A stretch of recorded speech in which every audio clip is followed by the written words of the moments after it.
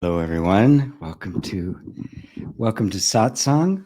I'm set up a little differently here with I don't have my boom mic.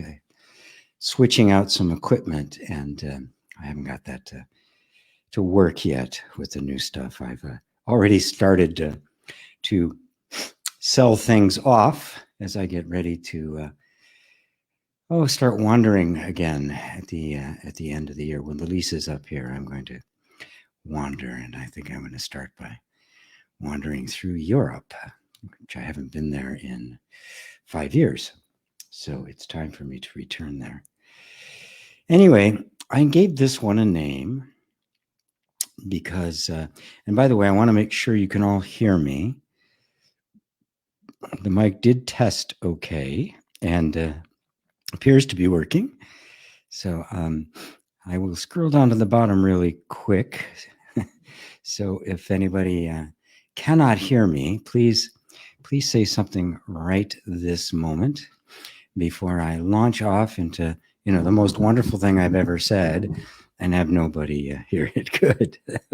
Thank you, Bob. Beautiful. Anyway, I gave this one a name and even gave it a different image, if you noticed. Oop. Sorry. As I said, the equipment is getting used to each other. So the screen kind of blanks out it periodically. Anyway, the knower, the act of knowing, right, is so essential to the non-dual inquiry. It really is where we put our attention, is on our own knowingness. Nisargadatta put it beautifully. He said, I am that by which I know I am.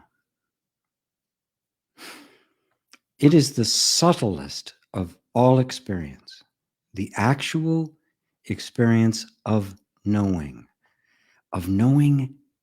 anything. What is known is infinitely diverse. It is always novel and varied. It's always flowing. It never stops for a second. Just check in with your sensations right now. They're not a thing that's sitting there, right? It's a constant flow. What you're seeing with your eyes, hearing with your ears, just tuning into your body for a second and just feeling your body. And it's not a thing. It's not a, like a rock or something. And even our experience of a rock is a flow of sensation.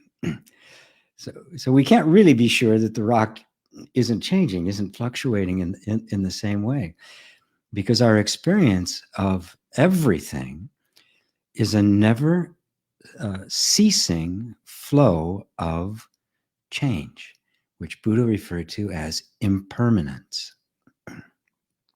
This is all there is to all experience. But the experiencing itself, the knowing of what you are experiencing, that's something completely different. It's not a sensation. It's not a thought or an emotion. Those are all appearing like on a screen. It's something else altogether. If that could be seen with just a little bit of insight, recognizing that it is not the same as thought or emotion or sensation. It's a completely different substance. It opens the door to a deeper kind of inquiry. What is it that is knowing? Who is this, the knower? Now, it does not take any great intellect or stretch of the imagination to recognize that the knower is you. You are the one that is there, to which all of this experiencing is happening, is appearing. It's you, right? So the knowing and the knower are you, right? You could think of knowing as an attribute of you, but you have to be there. Before any experience can be had, you've got to be there prior to all of it. And if it stopped, if suddenly all experience stopped, you would still be having the experience of you.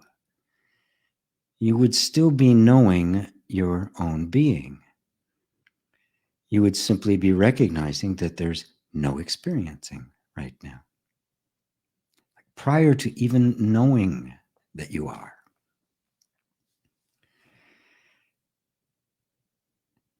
And I just want to make that really practical and not something abstract, right? Because it isn't abstract. Matter of fact, it's the only thing that isn't abstract. It is incredibly concrete because it's unmoving, it's always there, it never changes. But is it even an it? You see, the whole point of non-dual inquiry is to sort out what is obviously experiential, an experience you're having, and what is you that is having that experience.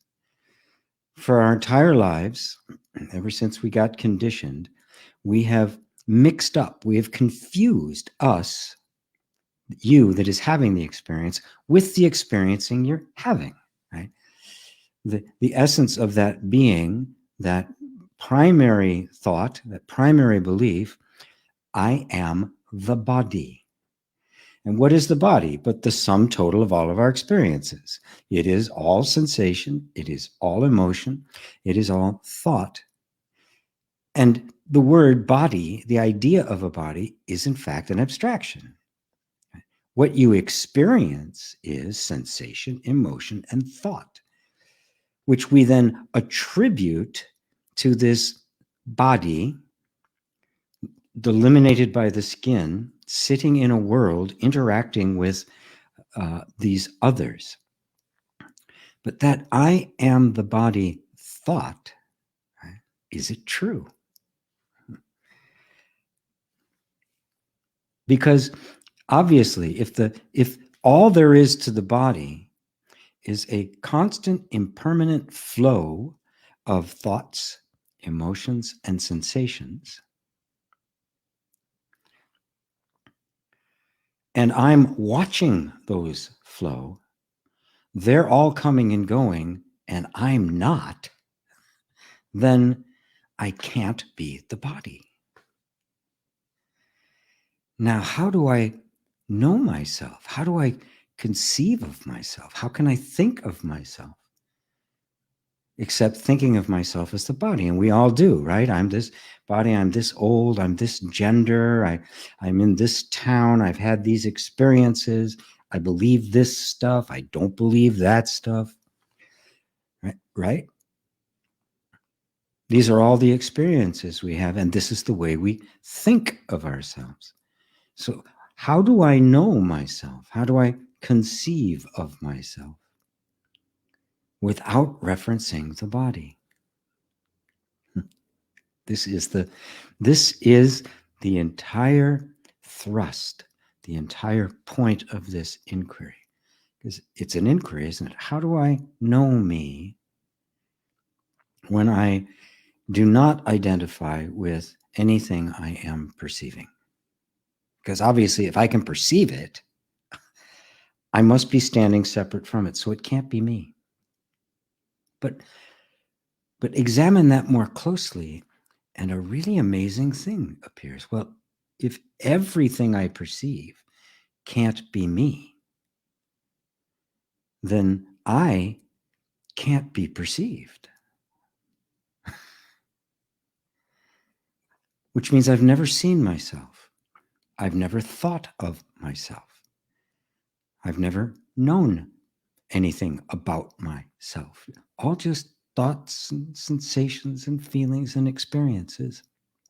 Because I cannot perceive myself, no thought I can hold of me can possibly be me? Now just ponder that for a moment. In that one insight, all human knowledge can be set aside. Right? It's not going to take 30 years in a monastery to undo all of that. All it takes is that I obviously cannot perceive myself. Therefore, all human knowledge is set aside. It's useful for everyday life. It's totally irrelevant for the existential question of who am I? So no experience, no thoughts, no sensations, yet you know that you are. Again, from Nisargadatta, I am that by which I know I am. The knowingness itself. And really look at it. Isn't that the only thing that's ever been going on in your whole life? This knowingness, this awareness. So just ponder that. The knower, the ultimate knower. And bring it home, right? Because the ultimate knower is obviously you, right? At least within the context of your life, there's not another knower, right? There's other people who claim to know you and say a bunch of stuff, but you're knowing them. Within the context, within the inner world of your own being, kind of the solitude of your inner being, you are the ultimate knower. Even God appears to you. Ponder that. That knower, that knowingness, that knower that is not a thing that cannot be described. That is the ultimate. That's as far as you can go. No one can go further than that. That is the ultimate end of the spiritual quest. You. Without reference to anything other than you. So, welcome again to Satsang. It's time for me to head over to the phones and see who's called in. Hello, Roberto, the southern tip of Spain, looking at Morocco on the other side of the Strait of Gibraltar. Lovely. On vacation. Love to hear that. Hello, GP. It's Mary Sykes. Hello, Mary. Mary's leaving for a drum circle. I love drum circles. They are so much fun. Roberta says, I loved your last Facebook dialogue with Lisa. Very comprehensive and concise. Easy to understand and feel. I had 2 terrible days after that. I hope I can put it into practice. When you have terrible days, right? Don't think of them as a mistake you've made, as a problem you've got now, as something you've done wrong, right? Or a boat you've missed. This is the natural ebb and flow of the changing landscape in which we all exist, in which our consciousness is embedded and the experience we're having. That is the nature of experience itself. Now, instead of saying I had a couple of bad days, simply look at the quality of the day. Because, if your life had been absolutely miserable, you were broke on the street, and you had the kind of days you had those 2 days, sitting at the Strait of Gibraltar looking at Morocco, I don't think you'd call it a bad day. Remember, it's all what we compare it to. And we get this idea in mind of this idyllic state that somehow we're supposed to be in. There's no such thing. Awakening is not a state of perpetual bliss.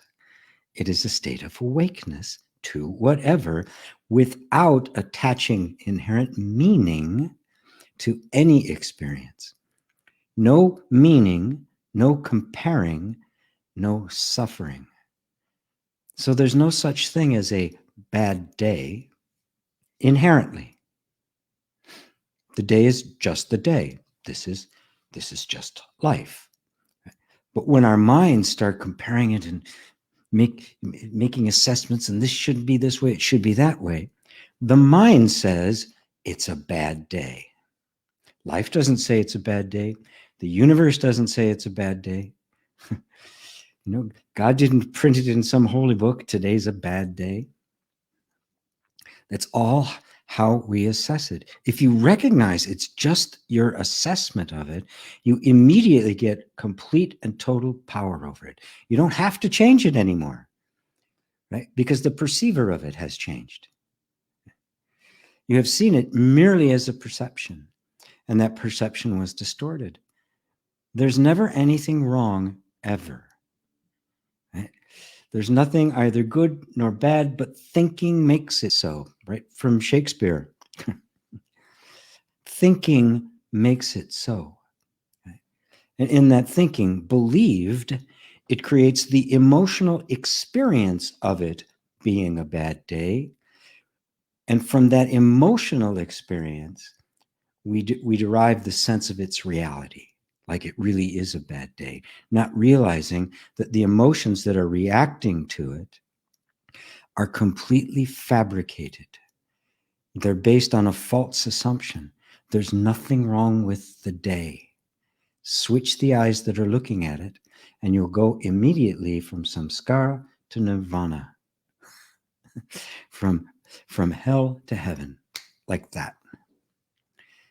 Have no expectation of what it should be, and it will be perfect. I'm glad you like that. People are really liking the new format for the show that I'm doing with Lisa, and I have too. Even she, who does not like to be on video, has gotten used to it and is really enjoying it. Robbie in Romania, late in the evening in Romania, indeed it is. Rosario in Madrid, good to see you. Hendrik, hi G and everyone. Hendrik, just for recapitulation, being aware of the beingness something is here, and then asking who is aware of that.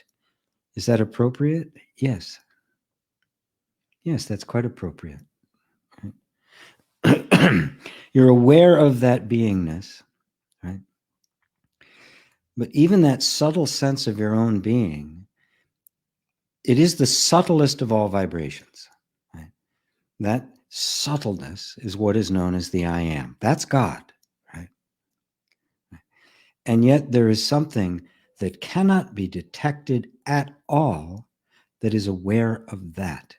This is simply the threshold. That which is aware of that cannot itself be aware, because there's nothing there to be aware of.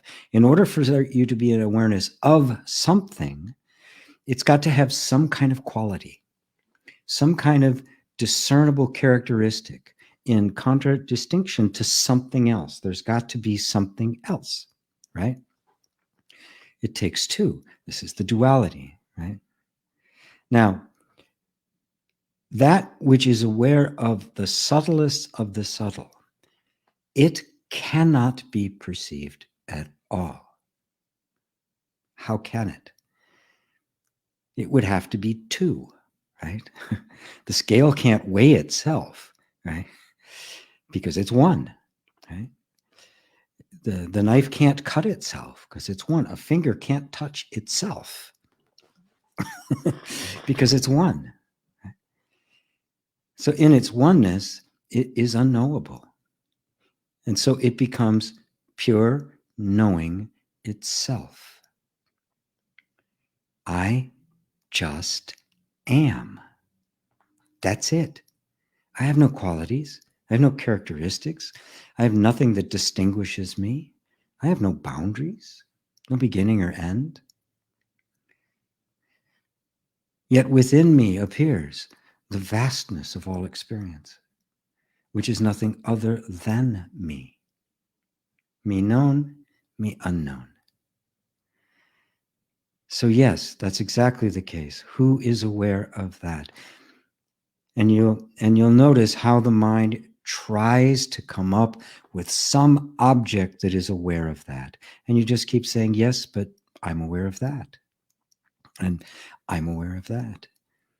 There have been stories about people having, in this kind of an inquiry, one famous sage, woman sage, in this kind of an inquiry and falling into samadhi, and then she had this these experiences of heavenly music, right? Really the kind of experiences people want, right? And in the midst of this, she said, that's the most beautiful music I've ever heard, but I'm hearing it. Can't be me. Lights, colors, angelic beings, right? The kind of stuff that people think it's all about. But she was wise enough to go, it is beautiful.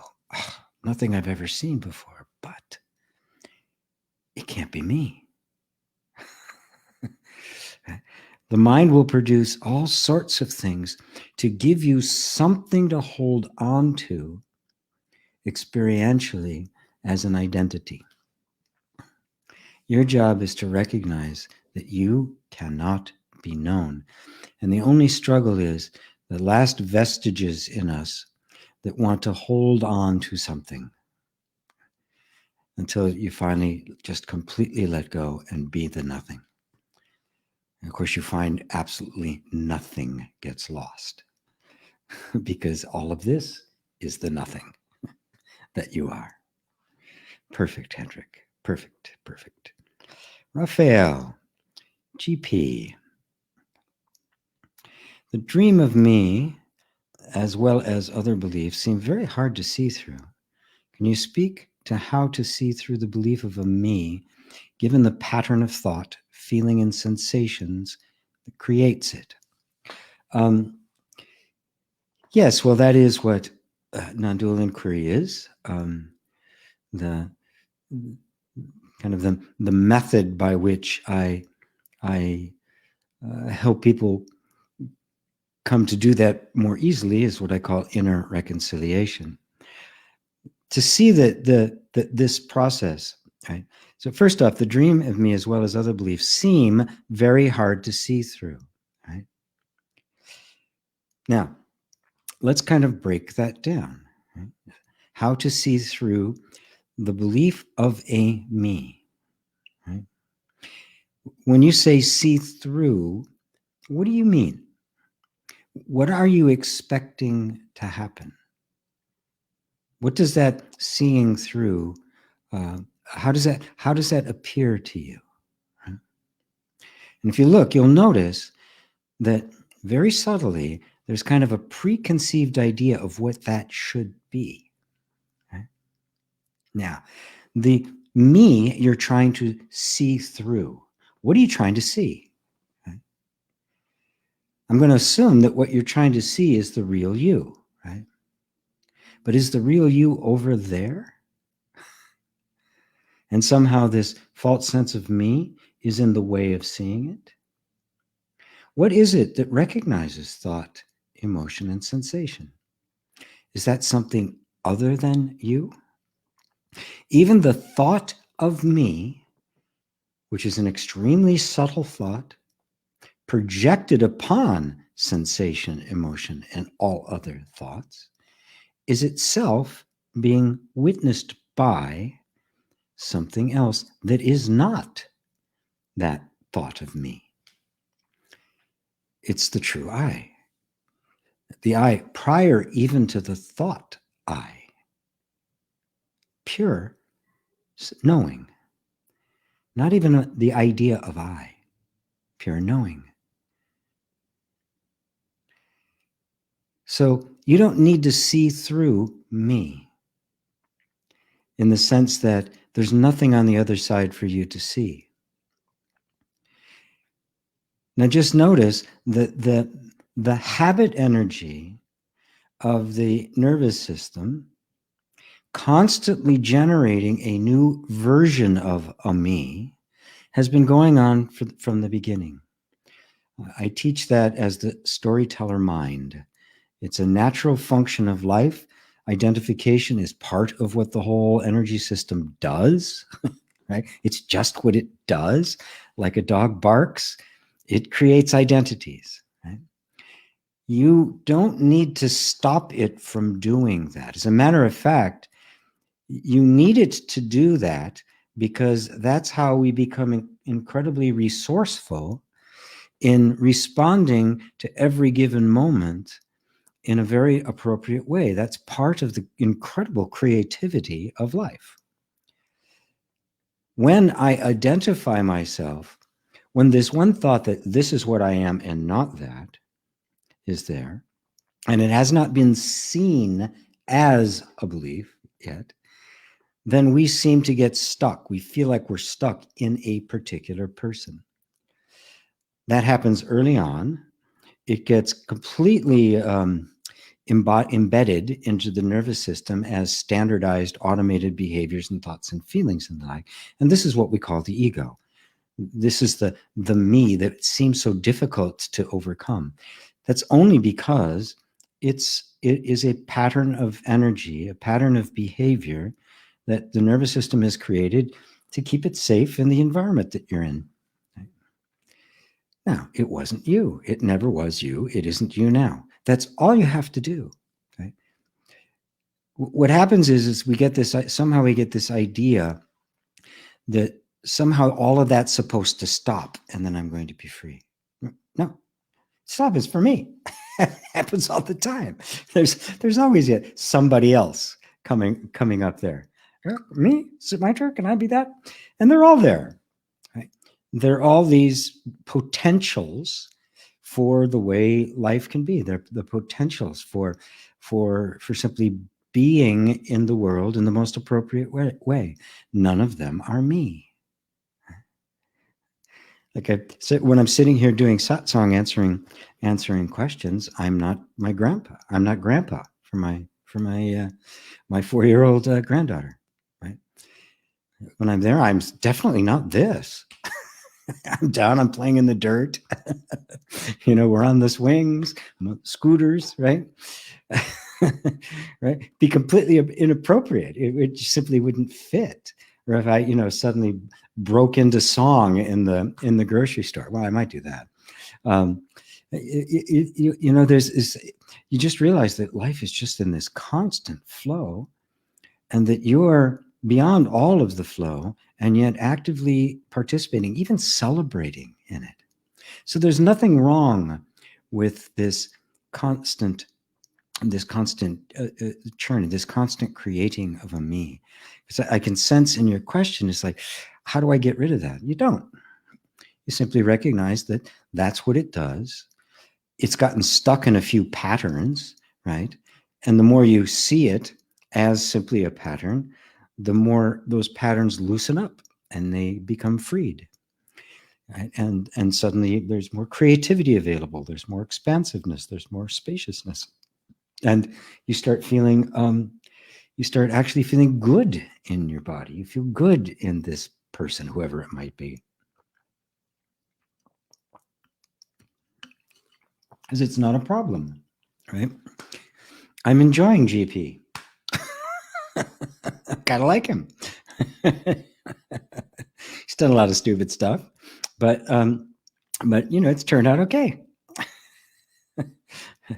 So I hope this is helping you, because you have to get to lighten up about this, because I know, because the conditioning can become so oppressive. It's like, oh my God, I'll do anything to get out of it. That when you have a glimpse, right, that it isn't who I am and there is a way out, we want to, oh, damn, now, please, right? We don't want to wait another minute, right? It's okay.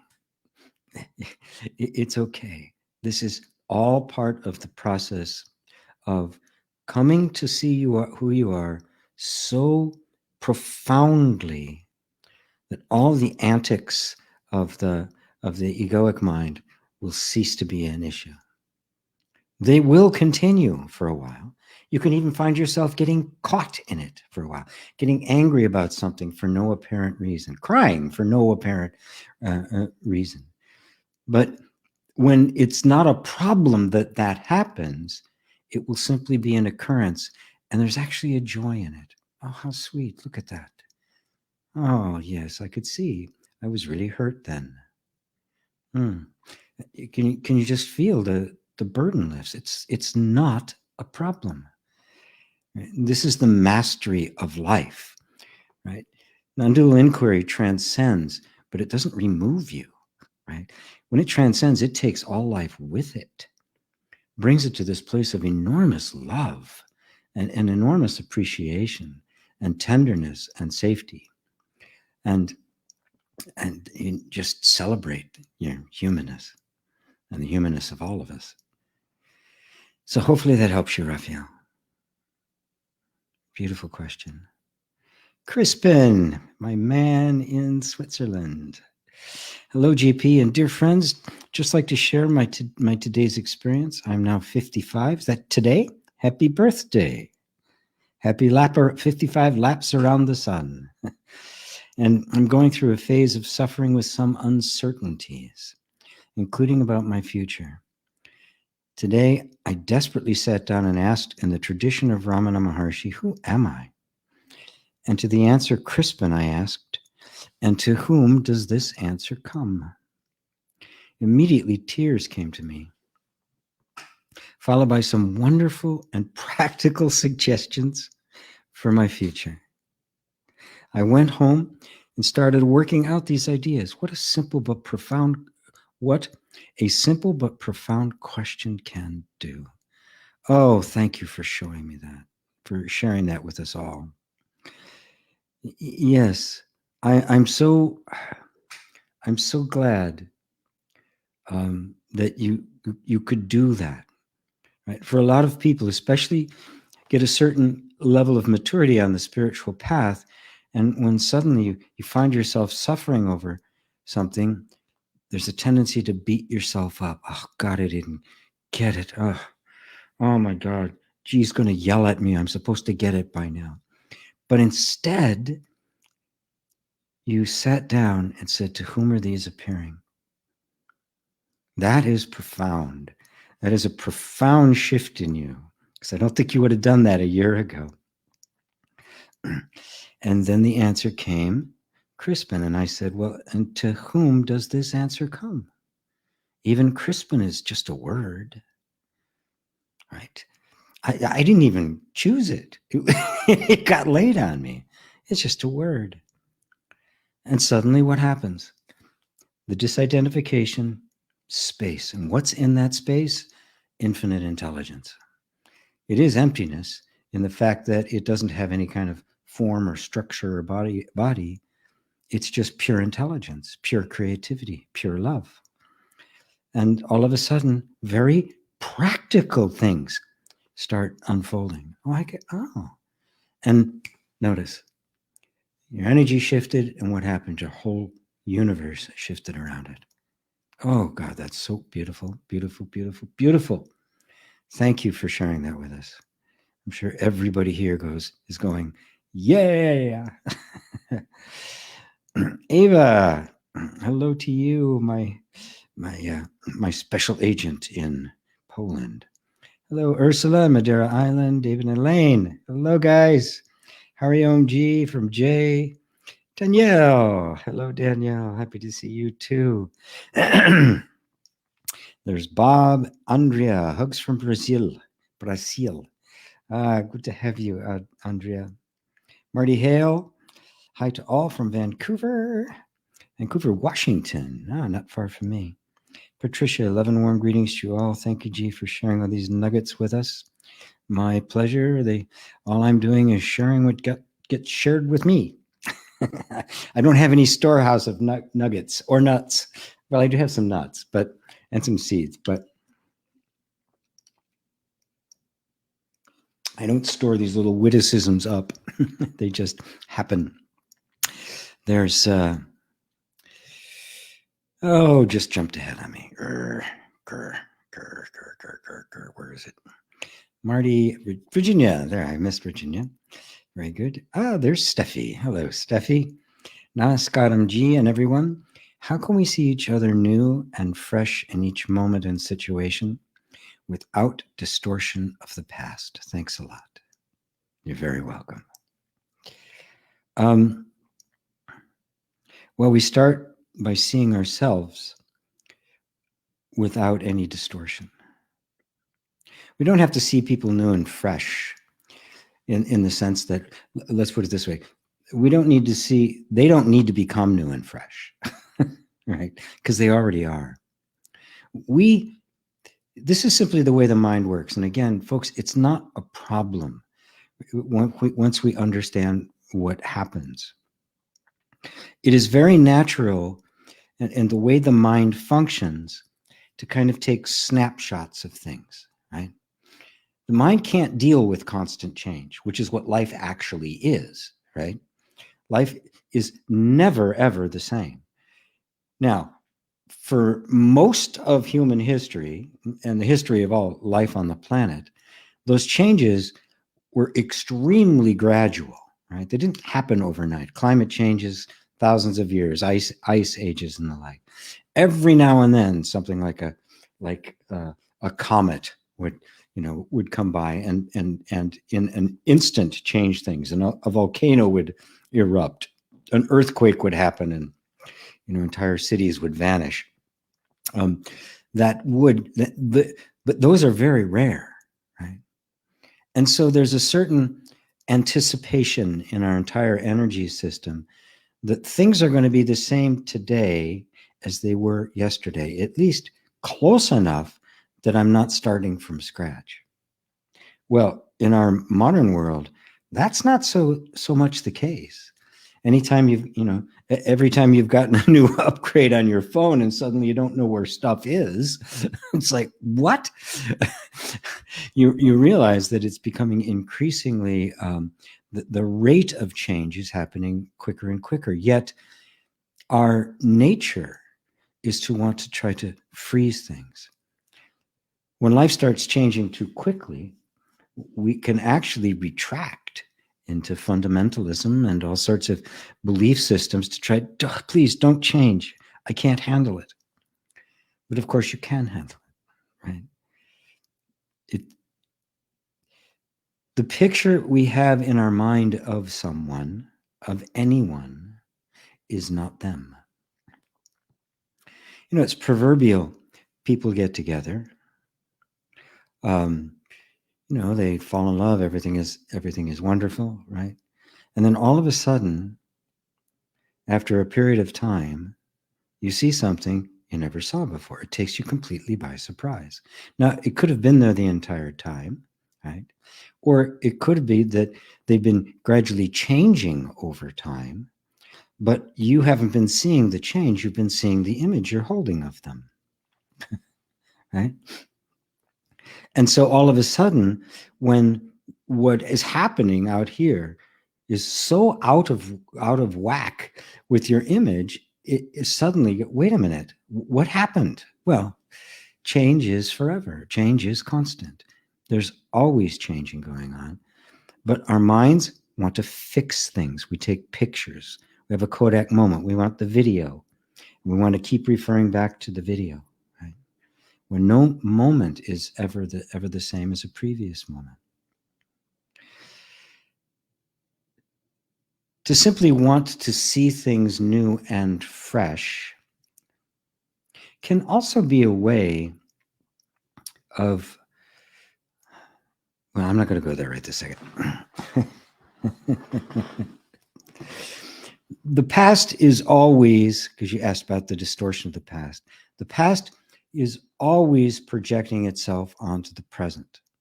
Again, this is a natural phenomena of the human nervous system. It wants to assume that the present is the same as the past, because in the past, I could handle it. I could stay safe. I could make things work. So I just have to assume that the present is the same as the past. And if it isn't, I'm going to try to make it into it. I'm either going to hide from myself the evidence that it's changed, or I'm going to actively try to force it back into that model. So how do you become free from that is the real question, so that you can see the new and fresh.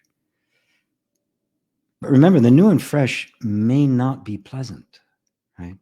The new and fresh may be a diversion, which happens all the time in relationships.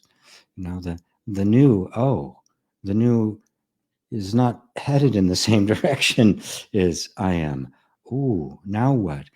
Especially if lives have become entwined together, then it becomes, you know, obviously there's some emotional pain at making a split there, right? Sometimes it's, I mean, it's so bad that it's not hard to make the split. You just want to cut it. So this, let go of every idea you have about everything and everyone. Let go of absolutely everything. Hold no picture whatsoever. Because every picture is but a representation. Now, don't worry about, you know, that it's going to make you vulnerable. It won't. The nervous system is doing its job. It's constantly comparing, right? But if there's no part of you that wants to hold on to a past that isn't there anymore, then the nervous system is free to constantly make adjustments. And it will, right? Yes, it's going to want to keep things the same. It's going to want to keep them as best as it can, right? But if there's no energy behind it from you, the owner of the nervous system, and you're just letting it be what it naturally is, the most adaptive thing that the universe has ever seen, it will naturally just flow with the ups and downs of life without suffering, and that's key. And then new things will show up. New beautiful things will show up. Completely unexpected things from unexpected places will show up. They always do.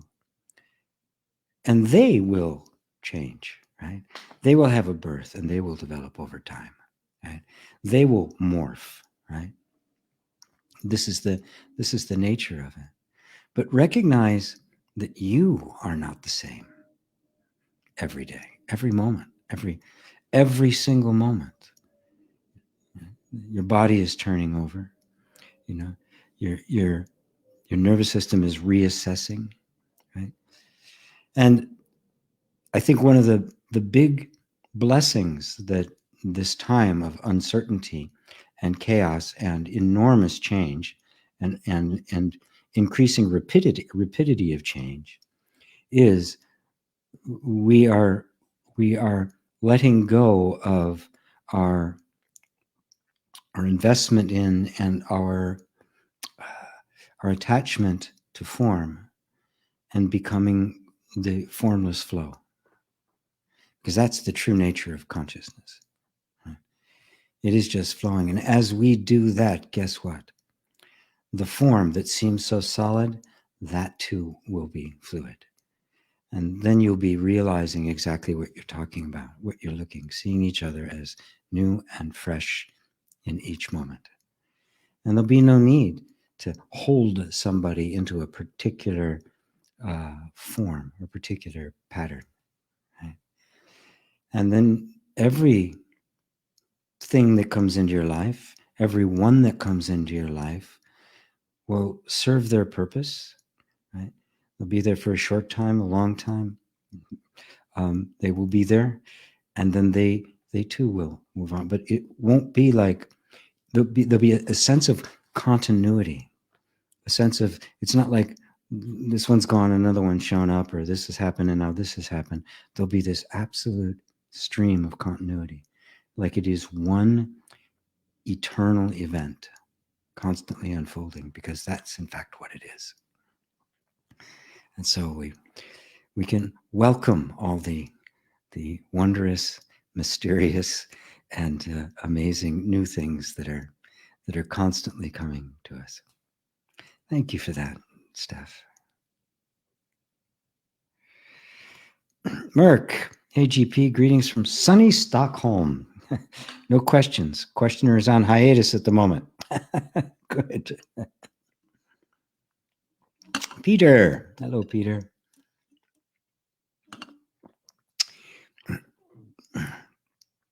Good evening again, GP. Hello to everyone. Glad to be here. I love how you explain what we forgot.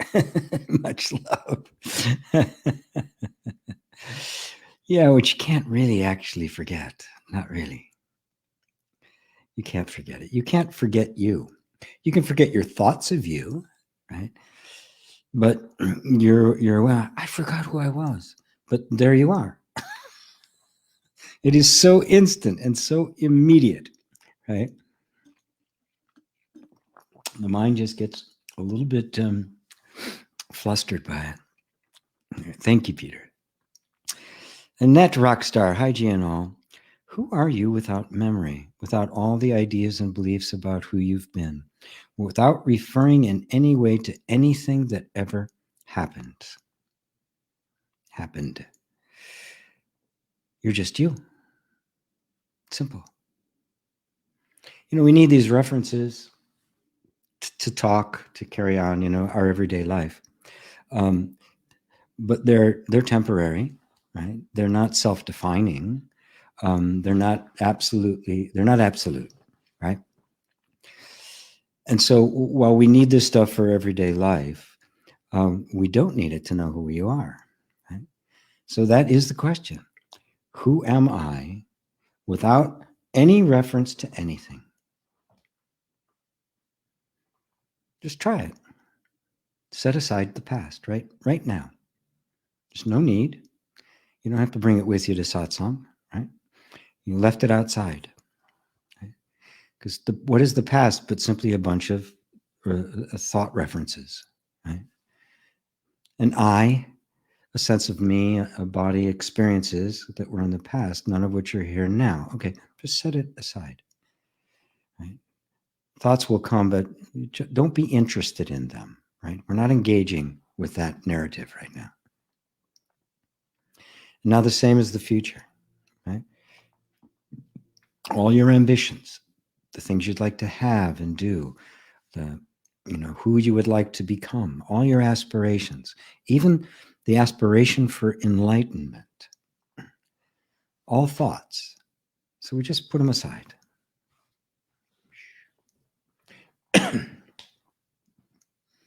No past, no future. And not even your current sense of yourself. Who am I in this moment? Any answer that your mind might come up with. Right? We're not paying any attention, no engagement whatsoever. Just empty of everything.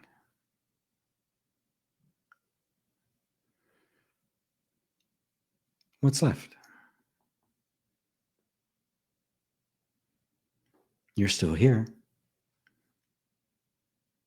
Maybe those thoughts are still rumbling around. Right? But if they were completely gone, it was totally silent. Not just you not engaging with them. You would still be here, right?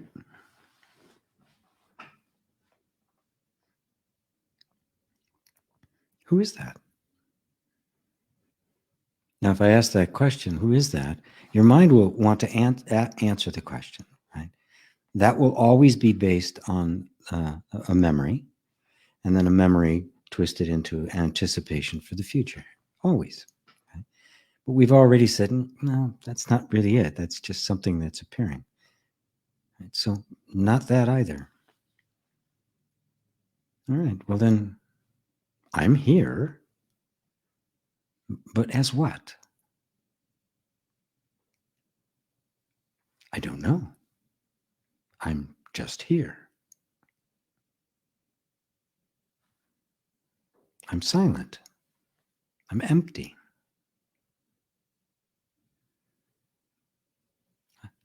Do you have any borders? Can you find a boundary?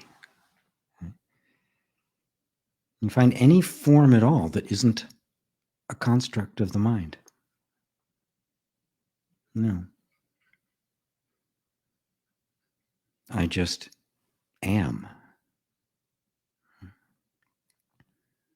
That's you. That's pure you, pure being. This is what's meant when they say you're pure awareness, because you are, and you know that you are. Sat Chit Ananda. And notice that it's totally peaceful. Not emotionally, an emotional high or some kind of, blissed out state. It's just quiet, still. That's Ananda. Sat Chit Ananda.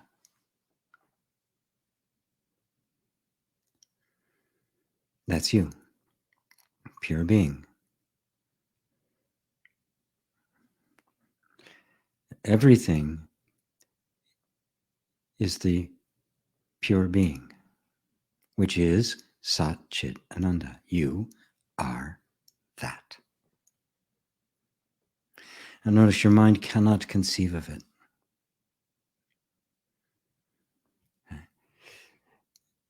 And that's really the only struggle we go through in the non-dual inquiry, is because we're so used to relying on our minds.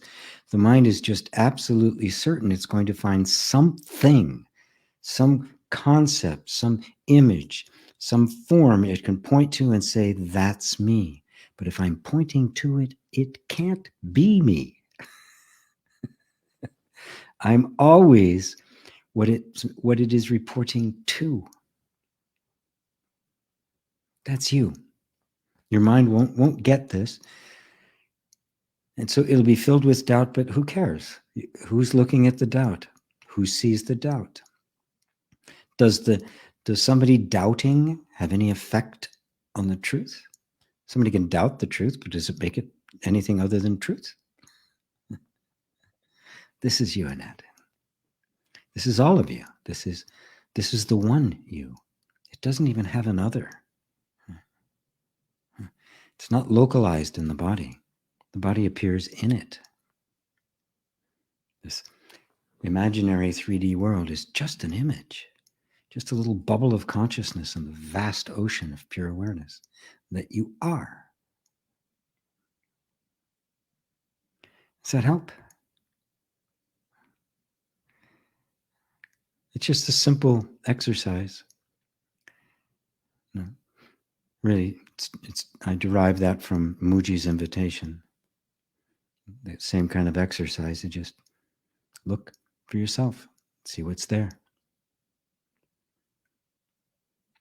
We just have to take it upon ourselves to be willing to set aside all of our self-concepts, all of our memories, all of our anticipations, even the desire for enlightenment, which can become a mental construct and a motivation that drives externally focused behaviors and seeking. Right? But you're not out there. You're here. Thank you, Annette. Peter's in Italy. Thank you, Peter. Play on in Sweden. Nice haircut, says Anne. Actually, it's not a haircut. I just pulled it back. I haven't had a haircut for a very long time now. This is my, but I'm not going to do a man bun. I'm too old for the man bun. Suzanne, hello, G. Is it possible to learn how to transmit energy and to heal? The answer is yes, of course it is. One has to understand the nature of energy, and that on a particular level, everything is energy. Right? Now, that is an approximation, right? Because energy is a concept, right? We can see that everything we experience has at its root a common thing. I mean, it's what science has been searching for. Einstein spent the whole latter part of his career looking for the unified field theory. He was convinced that there was a unified essence to it all. It wasn't scattered. At the heart of all manifest form was something, a single field, right? Not a particle, but a field from which everything has arisen. It's very close and it's very spiritual, but it's spiritual in its intent. It is still very material in its concept because it thinks of that energy as something other than myself. It's kind of our modern way of doing what native cultures and Aboriginal cultures have done forever. They saw a singularity. They saw a single essence manifest as the whole universe. It was called God or Brahman or something of that nature, but not a God as something separate, right? A God immanent in, because everything is clearly derived from something else. You can take everything and break it down into its parts. Everything is a manifestation of something. What is that thing? Well, that one thing is what, in popular terminology now, I say, oh, that's energy. Everything is energy. But just that's not enough. Because now we think, what is energy then? And then I come up with ways of trying to manipulate energy, right? But that which is trying to manipulate it is the energy itself. So in that sense, if you and I are absolutely at that level one, I don't have to transmit anything. Right? Whatever I know about me, I know about you. Whatever I clear from me, I clear from you. All I have to do is clear from myself the idea that there's a separate you. And if that's completely removed from my consciousness as a separate you, then what I know about me, I know about you. And whatever I process or handle or heal within myself, I automatically heal within you. That's what's meant when Christ took on the sins of the world. It wasn't, this burning, bleeding thing. He said, love your neighbor as yourself. Not, treat them really well the way you treat yourself. I mean, the golden rule, treat others as you'd have them treat you. That's nice because there's still two, but this is different. Love your neighbor as yourself. Because why? They are yourself. It is only this false sense of separation that makes you and I something different. There's some distance there that I have to transmit energy. Now, within the belief system of that separation, we can then believe in transmitting energy. It will appear as if the energy has transmitted, and you will have done, healing work to people on other sides of the globe. And it will appear to work. But as you can see, it's not really the truth. It is a belief that allows for a different level of interactivity, that allows for a higher thing to take place. But it's still based on the idea. It's still a belief. It's not the truth yet. I don't have to transmit energy if you're me. I simply have to rid myself of the idea that you're something other than that there is something other than the pure intelligence that is the universe. Because the real energy is not a mindless substance out of which minds have been created. The real energy is consciousness itself, self-aware existence. And the ultimate of self-aware existence is boundless consciousness. And if it is boundless, there is only one of them. It appears as many, but it is only one. So as the healer, you simply rid yourself of the belief that there's anybody who needs to be healed. That may sound really, really radical. And I don't just always go right for there. I take you through steps as I show you about that. Inner reconciliation is part of that process by which you grasp that. And you finally see there's nobody. I don't have to transmit energy because there's nobody there. I have to hold them in love, not as something other, but the deepest kind of love, the love of myself, the union with myself. Love your neighbor as yourself. Love your enemies as yourself. And in that oneness, if we are one, where can illness come? How can there be division? how can there be strife? This is the ultimate of love. And that's the real healer. So hopefully that answers it for you, Suzanne. I don't practice energy healing like many do, because how can I practice energy healing when there's nobody there? How can I send energy to someone? Right? They're right here. Right? I just fill them up. I bring them in. Oops, sorry. The unmanifested. Did I miss something prior to that? I don't think so. K.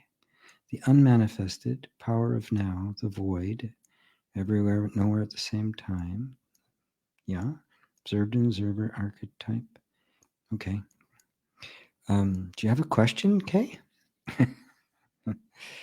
Heartfelt, thank you for your answer, says Hendrik. You're welcome. Bonsoir, cher GP. Bonsoir, Marguerite. Martin, hello. Is being on an empty stomach important for a meditative practice? Thanks. No, obviously, if you've just had a big, Thanksgiving dinner or something, and you've just drank half a bottle of red, then meditation is going to have a different feel, a different character. But you could do it even then, because it's really, meditation is the moment your attention goes away from what you are experiencing towards the experiencer itself, you're meditating. That's all there is to it. It's not a special technique, at least not the way I teach it. It has no special objective. It has no special costume or posture. Right? Meditation is simply bringing attention to the self. Consciousness turning its attention towards consciousness, right? Which simply means away from all of the objects that normally get our attention, in an attempt to bring into sharp focus that which is aware of all the things that have gotten our attention, that to which attention is always reporting. And it doesn't require anything special to do that. Right? Yes, we do get, because our minds can get very, very busy and active, and we're used to that, and we've all been, very much trained into our heads.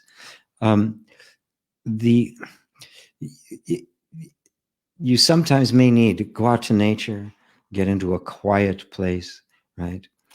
And of course, even when you're in a very quiet place, the mind's still going. The mind's still going, right? Just remember that you don't have to stop the mind, right? If you try to stop the mind, you'll fail. As Mooji says, trying to stop the mind is like trying to stop the wind dressed as a kite, right? The act of trying to stop it is like plugging it in, giving it more juice, right? Because it's an intention. And in that intention, you set up a relationship with the mind. And in so doing, you create the energy of action, right? Lose interest in it. Doesn't matter what the mind says. It does not matter. Even the mind says, you really need to have a quiet mind to meditate. And you go, no, I don't. Thank you. But no, I don't. I'm simply right in this moment doing my best to bring my attention away from the objects of perception to the ultimate perceiver. I may be 1,000% successful at that and fall into a deep samadhi, or I may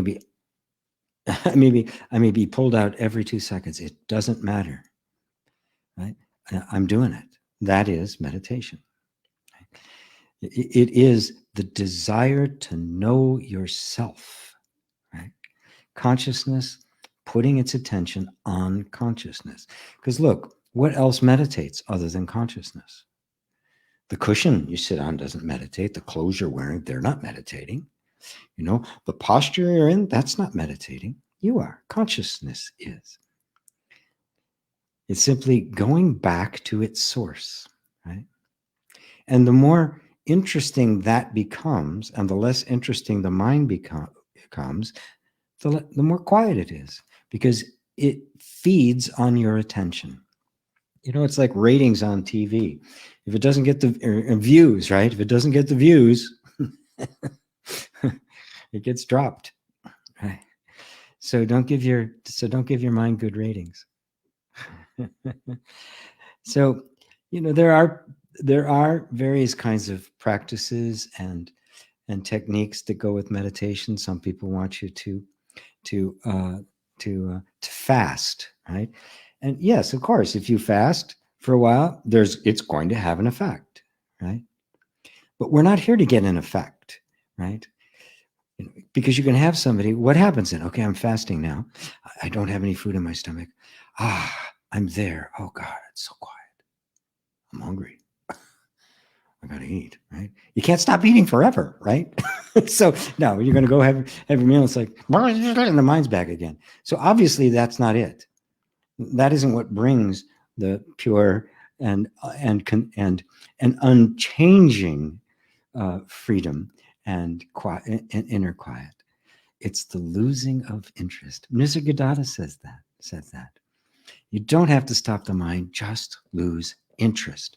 It's not interesting. It doesn't have anything new to say.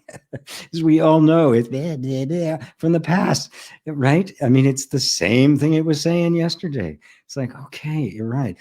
It's the 800th rerun. I know every line by heart.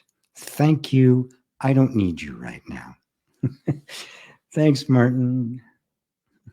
Beautiful. Karen, hello. I'm not very receptive. Can it be learned or trained?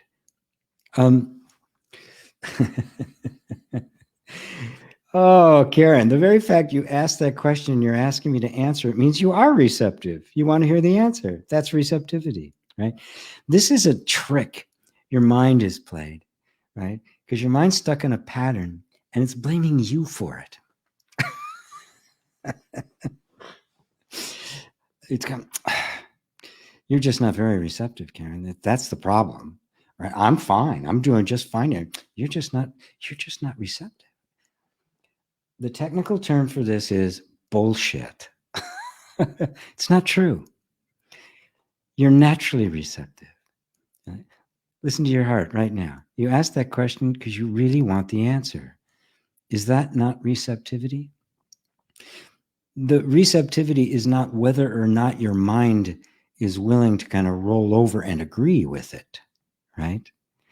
Because the real culprit is the mind, not you. It's the mind that's not receptive. It doesn't want to hear anything other than what it's been believing the entire time. And so it says, oh, you're not very receptive, Karen. I'm trying my hardest here, and you're just making it very difficult. It's like that your friend that does something stupid and then blames you for it. Well, you should have stopped me. I tried to stop you. Yeah, well, you should have tried harder. I mean, we all have had friends like that, right?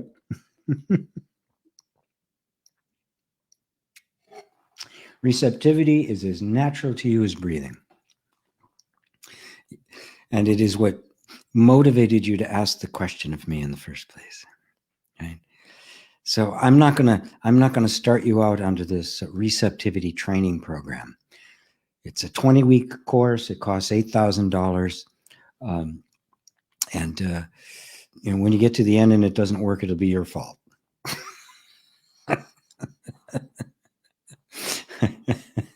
Don't believe your mind. There's nothing wrong with you. You are completely receptive. Did you not hear right in your heart everything I just said? That's all the evidence you need. Okay? Don't listen to your mind. It is a badly trained dog, right? But worse, because the dog doesn't blame you. Does that help, Karen? That put a bit of a smile on your face. Not guilty. You've been found not guilty. Case closed. J Deep, good to see you. Namaste, Jeep.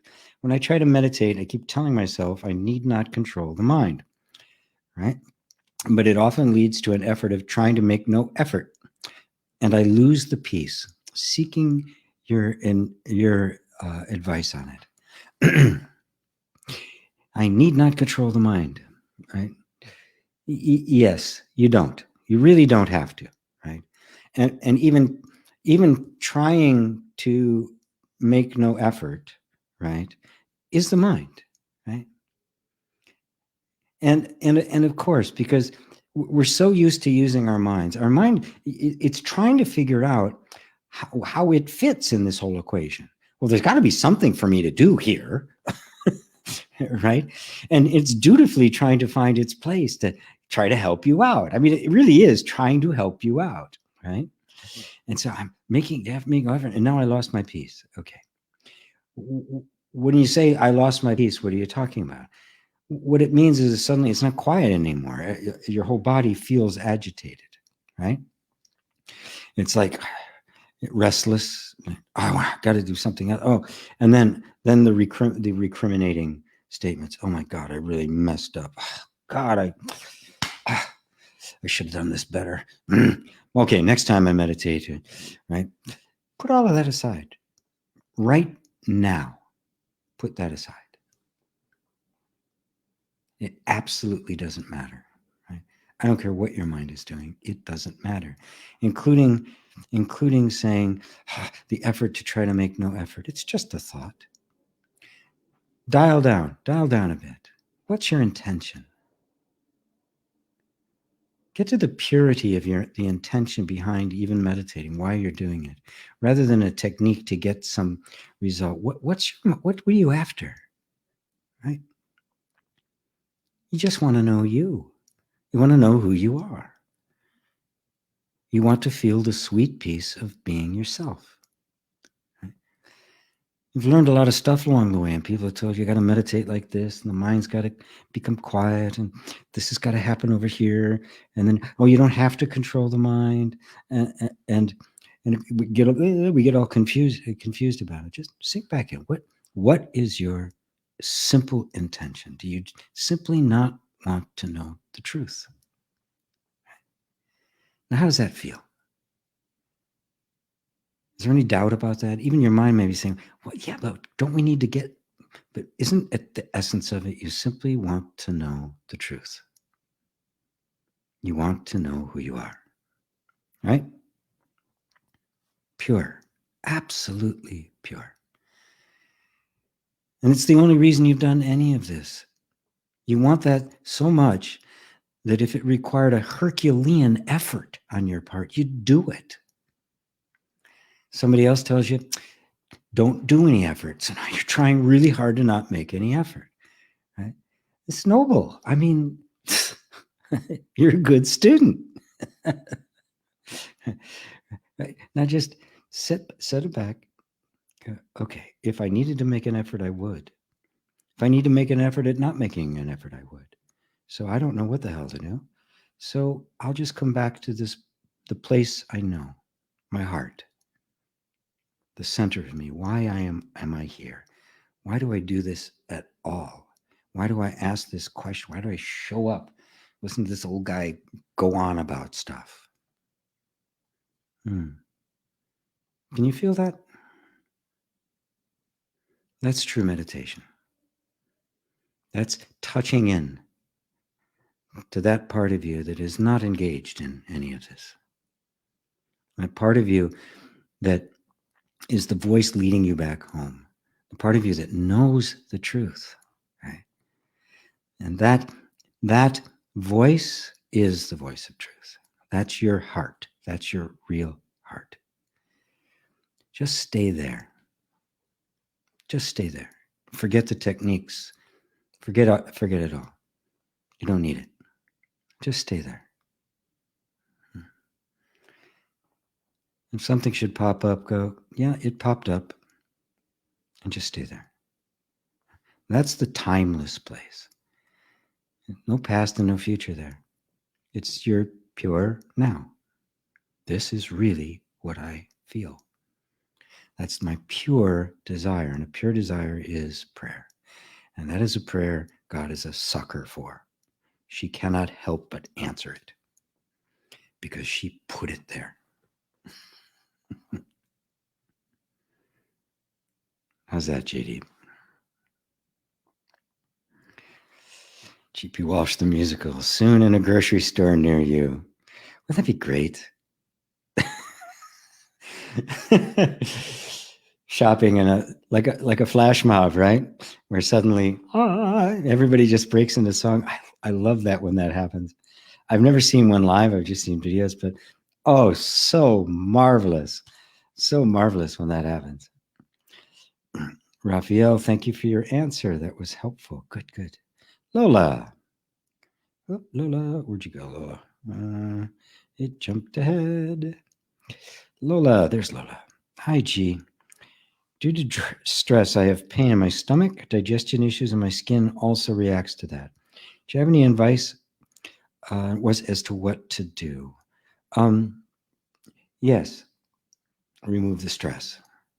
Right? Remember, stress is our nervous system in relationship to the environment. Right? And it runs very deep. There's a lot of stress we are under that we're completely unaware of. Right? There's the obvious things, circumstances in our lives that are difficult, right? When relationships are difficult. There's the kind of stuff of having more to do than you know how to, than you have time to do, or having to do something you don't really know how to do. Those are stressors we are conscious of. But there's also other stressors, very deeply laid inside of us, that are the result of past traumas that have yet to be resolved. The solution to all of them is a redefining of your relationship with the environment, right? The stress is caused because there's a relationship to the environment of basically it's of antagonism. There's the underlying sense that the environment is not safe, right? And the underlying sense of it not being safe, when it is those unconscious, those stresses that we are not aware of, there's nothing we can do about it. If it's out here, there's something I can do about it. It may be difficult. If I have a relationship that's causing stress, I can do something about it. I can take it up with the person, or I can get myself out of that, right? It might be very difficult to extricate yourself from it, but you can do it. There's something you can do about it. And therefore, never say there isn't anything I can do about it, right? You may prefer, you wish it could be different, but that's different, right? To say, this is the way it is, I accept it as it is, and I will now have to respond to it as it is. There's a power there that doesn't let the circumstance become traumatic, right? When I feel powerless is when it becomes traumatic. That's what happens to us as children. That's why it goes underground, and that's where all the unconscious stuff is. We have a relationship with the environment that's kind of preset, and so we're in this relationship of, without even being aware of it, assuming the environment we're in is dangerous to us, even when it isn't, because at one time it was. Now, this is kind of a brief way of describing the whole process of inner reconciliation, of reconciling with that energy. But inner reconciliation begins by creating the inner environment of safety. So the first thing you do is stop fighting yourself. You stop being your worst enemy, and you start becoming your friend. And that's simply a matter of listening to your own feelings. So this pain in the stomach, your digestion issues in the skin issues, these are all coming from that underlying sense of being out of sync with your world. You're not where you belong. You are outside of yourself. So you're disconnected from your soul, basically. So this is where you start, right? When that pain is there in the stomach or digestion or something, by all means, be gentle with yourself, take care of yourself, exercise, eat right, all of that stuff. But when you're feeling that in your body, notice that what you want to do is, I got to get rid of this. I've got to do something about this. That attitude right there, that belief system is what's creating the conflict. That will only intensify it, because now the nervous system is creating this digestion and the stomach problem and these issues because there's something wrong, right? And it needs help, right? Now, when you try to say, I got to get rid of it, I got to get rid of it, what you're doing is basically telling it to shut up. It's saying, look, something's up. We need to do something. We need to help. We need help. And you're saying, go away, right? Go away. I don't want to hear about it. Like some little kid coming to you in the park or something, all upset and crying, can't even talk, and you're going, oh, go get away, kid. Here, read this self-help book. Change your thinking, right? You wouldn't do that to a child. You'd pick it up, you'd put her on her lap, you'd stroke her hair. It's okay. It's okay. You'd hold her. You would assure her everything is absolutely okay. You would create an environment of safety for her, right? So that's what you need to do internally. This is the whole thrust of what I teach in Inner Reconciliation, how to do that. Because we've all been taught, we've all been trained into an antagonistic role in a role with ourselves, right? That's the heart and soul of the soul disconnect that has just completely alienated us from our own nature. So every feeling I have is an enemy that I have to get rid of. It isn't an enemy. It's you. It's an important part of you. So become instead loving towards your body. Oh my God, something in my stomach here. Okay. I'm just going to be with it. My body's very smart, very intelligent. Right? The most remarkable thing the universe produced so far, right? I'm alive because I'm the children of the best of the best, right? If their particular line didn't make it, well, I wouldn't be here. So I'm obviously the winners. I'm the children. We are the children of the winners, right? We're the best, right? So this knows what it's doing. Right? So just, okay. What do I need to do? How can I help you? And just really do your best to free yourself from any kind of intention to fix it or make it go away.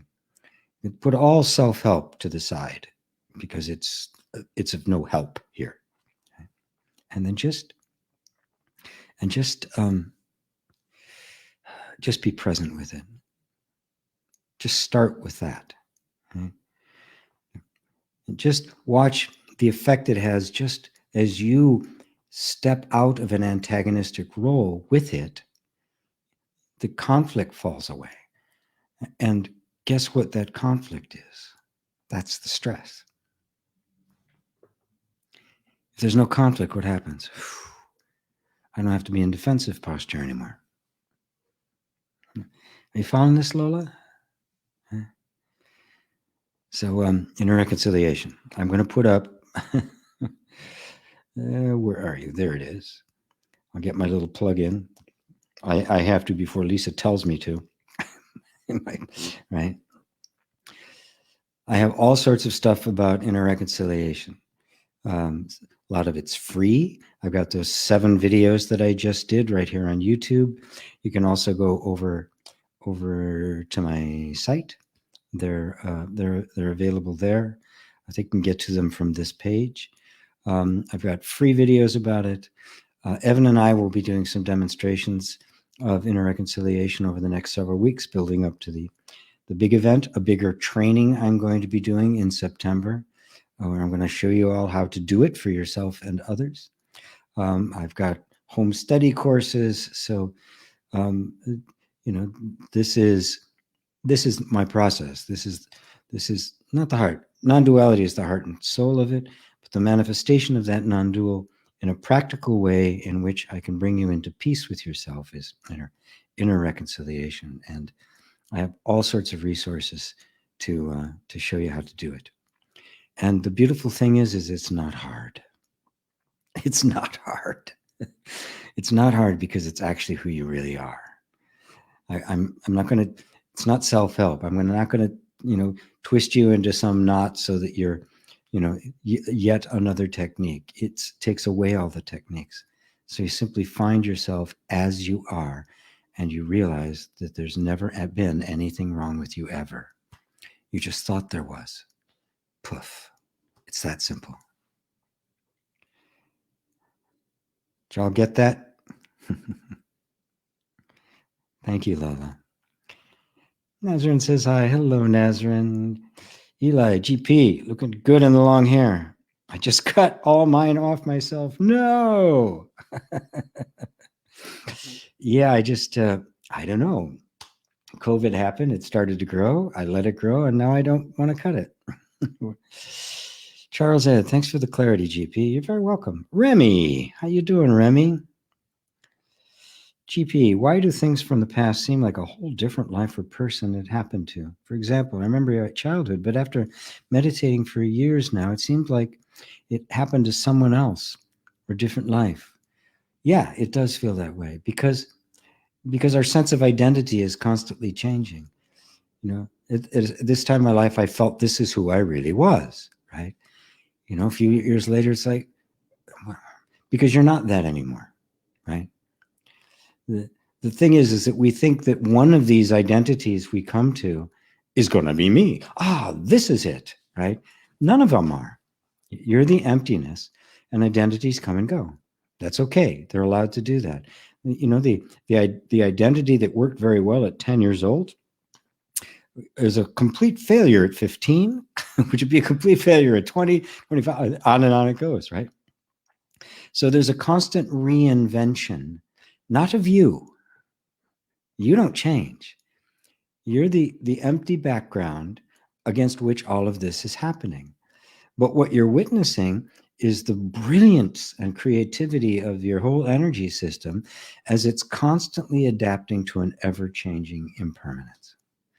And when you recognize that's what's happening, and you no longer try to hold on to a particular identity, you have infinite inner resources to deal with everything. You're in the flow. You are no longer a person. You are life itself. And you see the extraordinary adaptability of life to life. And you are who? No one in particular. Nothing knowable or perceivable. But that from which, because of its unlimited, infinite nature, every single moment can occur. Thanks, Remy. Faith, hey, Meshik. I don't have any questions. I just need to sit with you and enjoy your words and energy behind as I feel so tired and I want to hold your hand. I have burden on my back. I love you, Babaji. Okay. I've just taken the burden off. No more burden. It was never really there in the first place. It's just your mind telling you that. I have your hand. I have it very tightly. Not going anywhere. You're totally safe. No more burden. David Elaine. Such a simple yet profound intro, G. Before the true sense of I am is seen, that veil of separation seems very dense and opaque. But when it is known, it's seen that there was never any veil. Thank you for always pointing to the truth beyond the illusion with love and deep gratitude. Thank you, guys. Beautiful. There never was a veil. How can you veil the eye? Oh, there's a veil. You can't make a veil to you. There's nothing you can construct that can keep you from you. From other? Yeah, and that's the imagine. Oh, I don't know who I am. I don't know who I am. And of course you don't. You're not supposed to. Because you're not anything that can be known. You cannot build a veil. There is no veil for you. Can you find anything that could put a separation between you and you? You'd have to be two. And they go, well, damn, which one am I?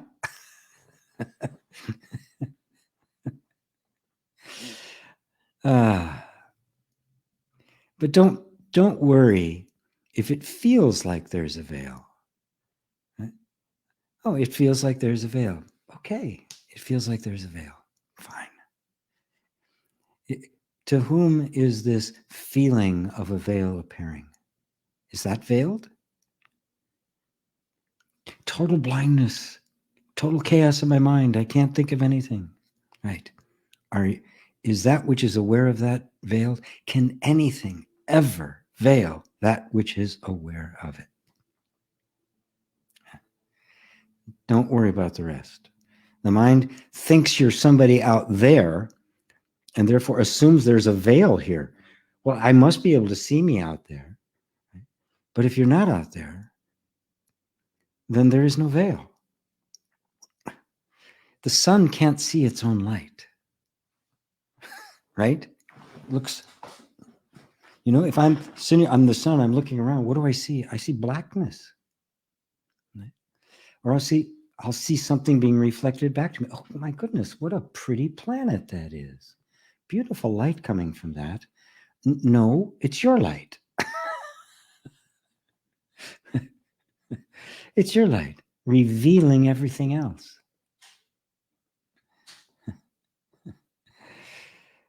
Beautiful. Thank you, David, Elaine, oh, my dear friends. I am planning on seeing you guys next year. I'm going to wander through Europe. Plans are already in the making. I'm even already selling all the stuff that I just bought for my place here. Milo, hi G.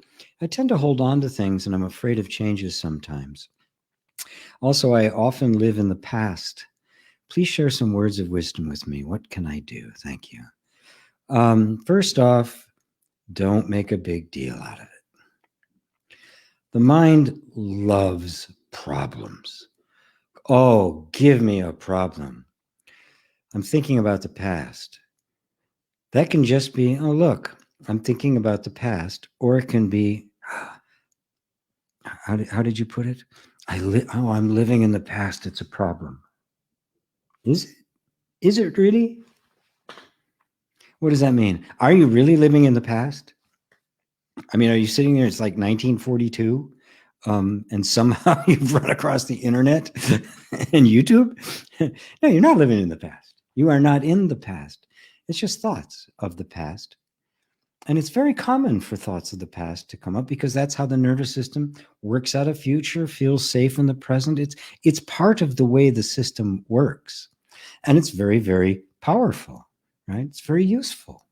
Right? I remembered how to put a shirt on today. Something I learned in the past, right? And I have memories, memories that kind of go, ooh, boy, what was I thinking? And others like, oh, wow, that was wonderful. Knowing that nothing's permanent, the beautiful experiences I had in the past, they're temporary. In the moment, you want them to last forever, but we know they can't. They go, there's a sting. But if we're mature, we just, yes. They have to come and go or they wouldn't have any value. It is this ebb and flow that gives everything its sweetness, its beauty. If I tasted nothing but sweet all the time, there'd be no sweet. What does the inside of your mouth taste like? It's completely neutral. So that you can have the experience of savory and sour, of bitter and sweet. So you're not living in the past. There's just recurring thoughts of the past. And your mind says that's a problem. You've got to get rid of the thoughts of the past, which itself is just a thought about the past, right? It's not true. You don't have to get rid of anything.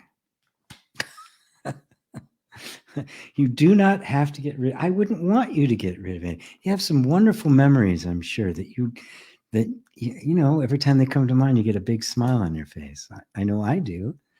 Some of those memories being created this morning.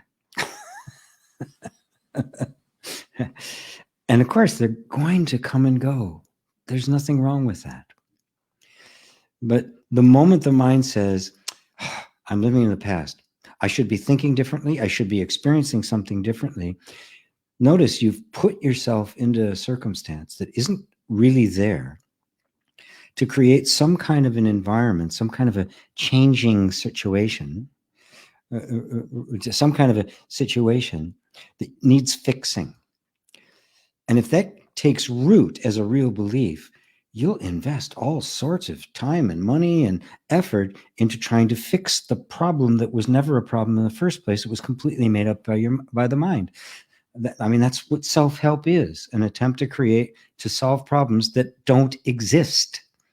The mind creates a problem and then designs these elaborate solutions to it because it just wants to keep busy. For one moment, imagine, everybody, that you've finally taken the last self-help course. That's it. This was the one, the ultimate. You have arrived. You're done. That's it. No more. I have perfectly improved myself. I'm there. Notice how uncomfortable the mind is with that, let alone all the people trying to sell you self-help courses. They go, oh, no. Oh, no, there's more. You got to get more. It's one of the reasons why I'm the world's worst salesman, right?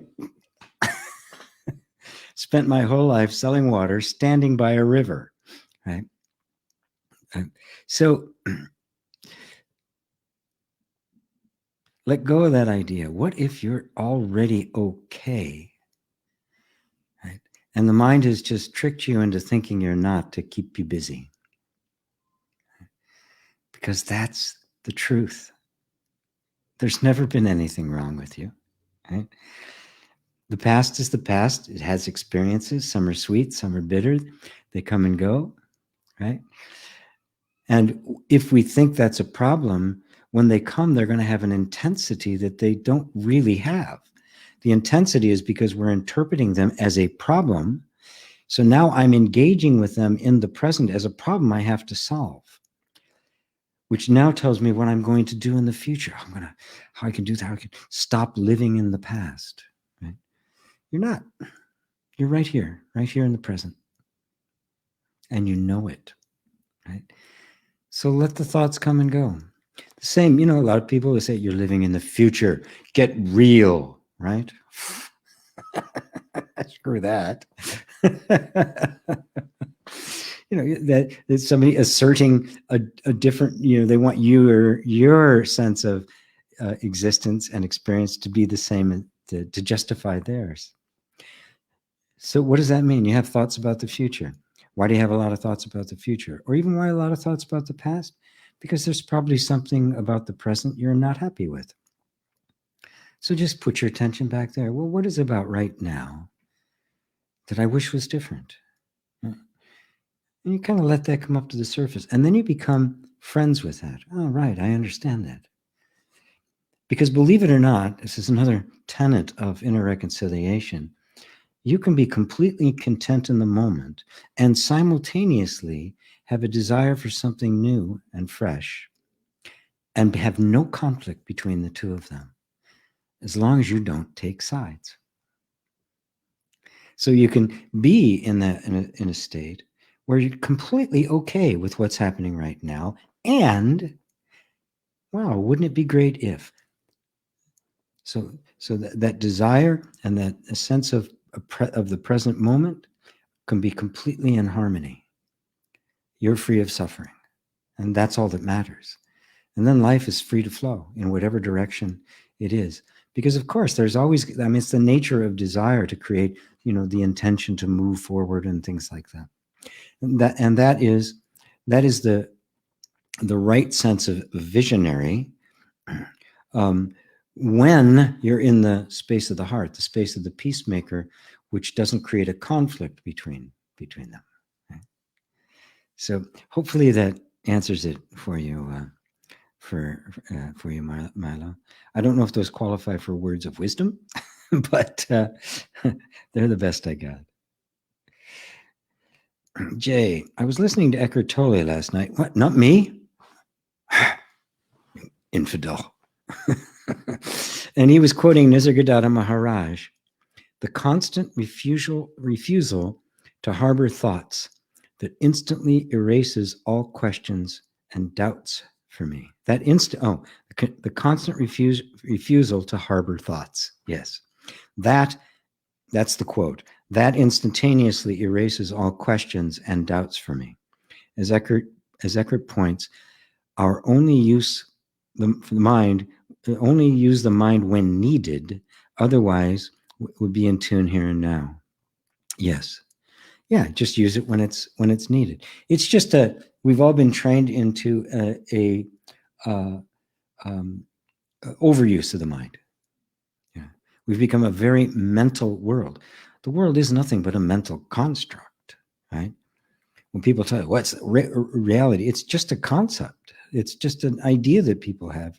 We're fighting each other over the imaginary, fictitious notions.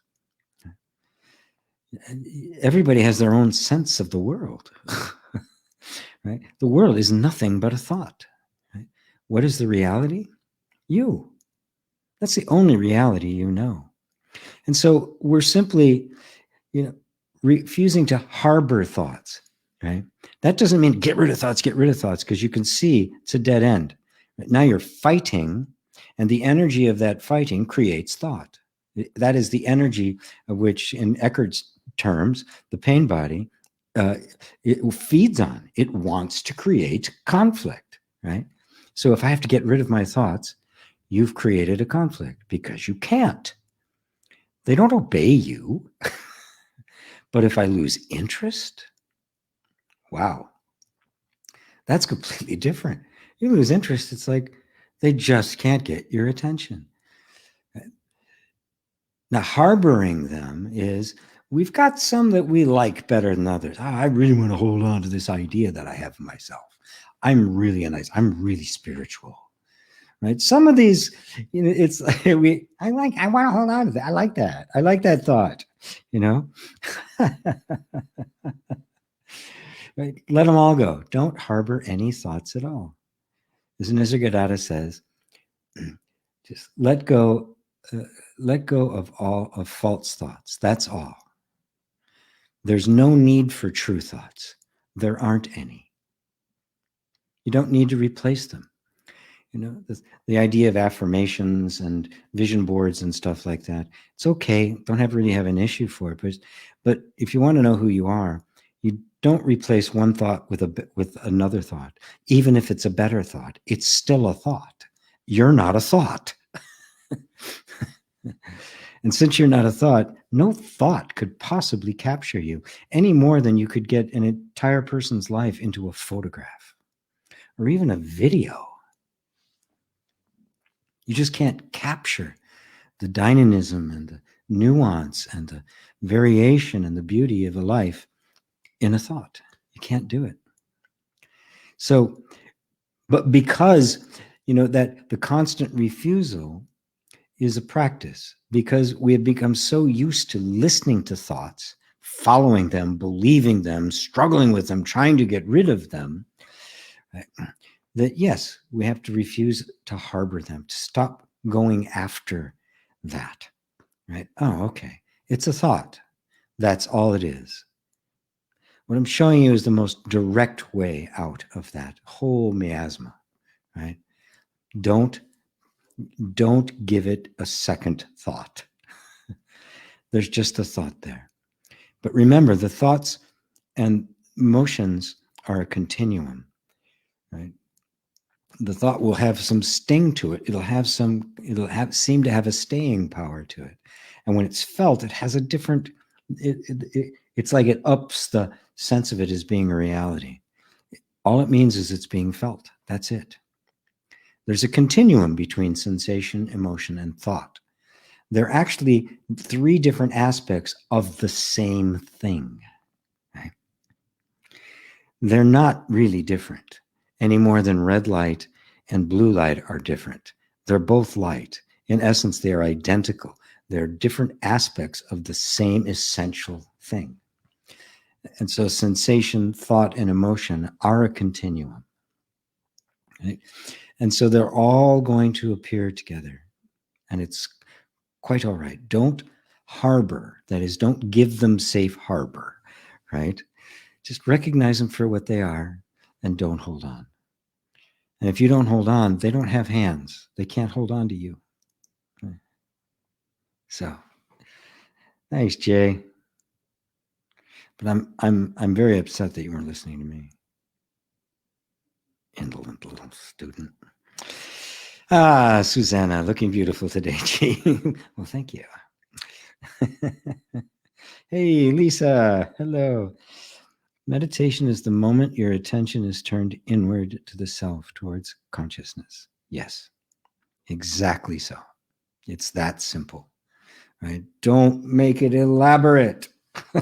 Please. Please, let's not make it into a Hollywood special effects movie with all the right costumes and postures and equipment and please, no. The moment I turn my attention to myself, that is, that which is aware, I am in meditation. I am in communion with the soul. I have entered the temple, the Holy of Holies. Rosario, GP, wonderful and profound, the explanation about healing. Thank you. You're very welcome. Penny, hello, Sifu. Hello, Penny. Lisa, if it doesn't get the views, it gets dropped. Don't give it ratings. Yes. Yeah, don't give your mind good ratings.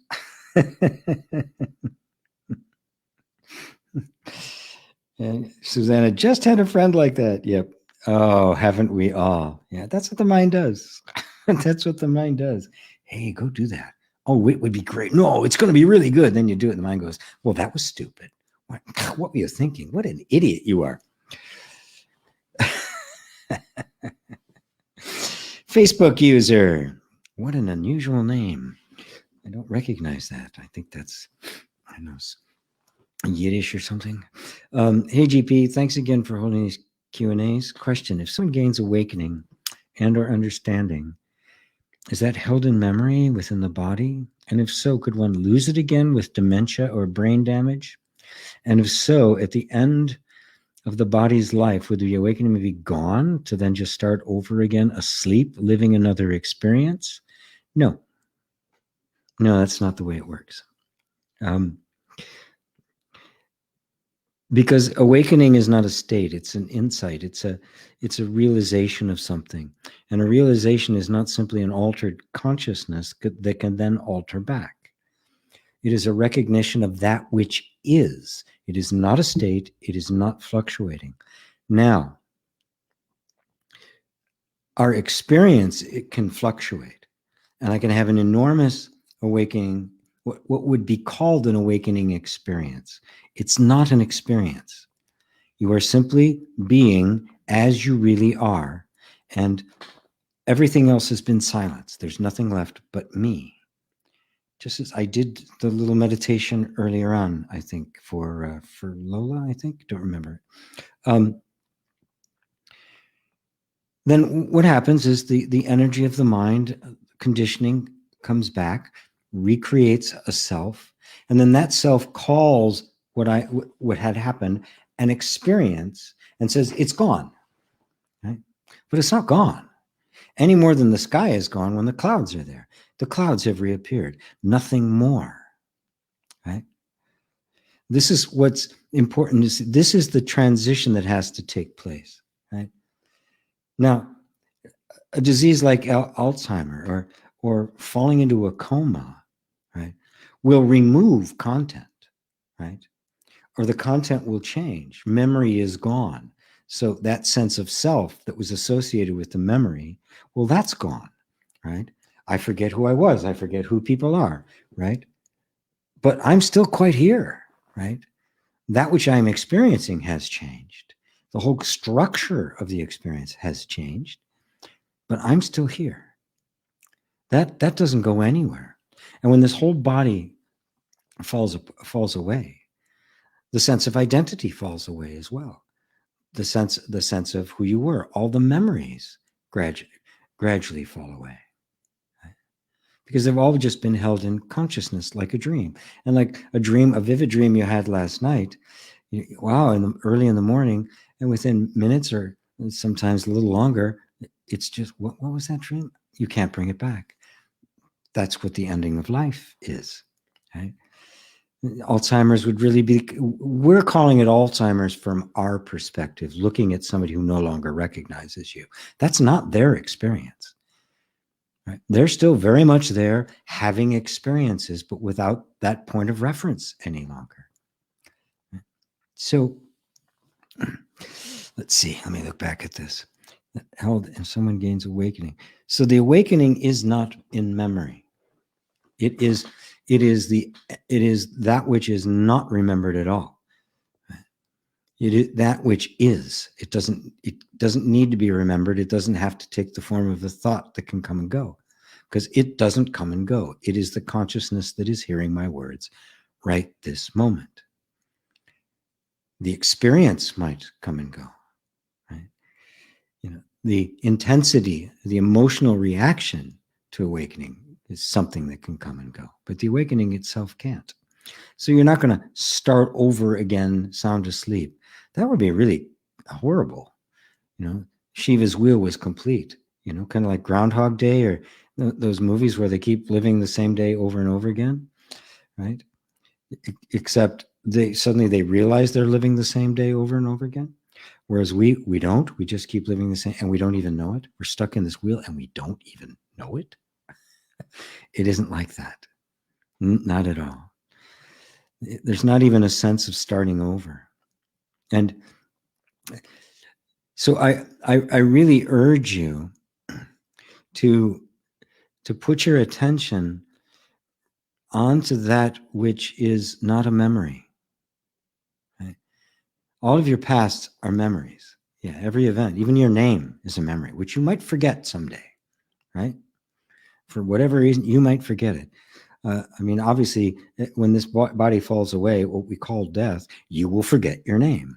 You don't remember your name in your last lives, do you? You'll forget this one too, right? It will be no more than a dream. So, okay, that's gone. Future, nothing but projection, isn't it? I don't know what's really going to happen, so I'm projecting things. So let that go, right? What's left? There's very much something here, isn't there? And it's not a memory. It's much more solid than a memory. You don't have to remember it. It's just here, right? If you're sitting there talking to a person, having a conversation, you don't have to remember them, right? They're right there. Put your attention there. Put your attention in this place that you can't describe it. It's always there. It requires no effort on your part. It's just here.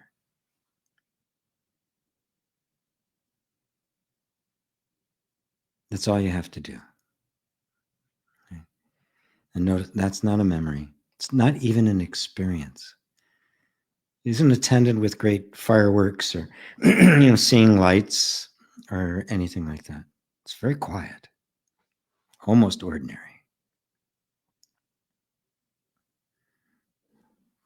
I have to check my battery life. I have to plug you in. I forgot to do that. Oh, cord's right. Cord's right there.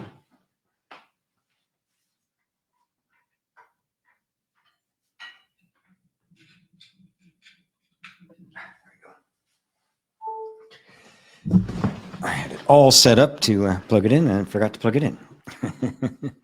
So, how's that, Facebook user? Yeah, for everybody, just put your attention on that which is obviously here, and that's you. And you don't remember you. Remember things about you, past events, all of that memory come and go, and even the memory is kind of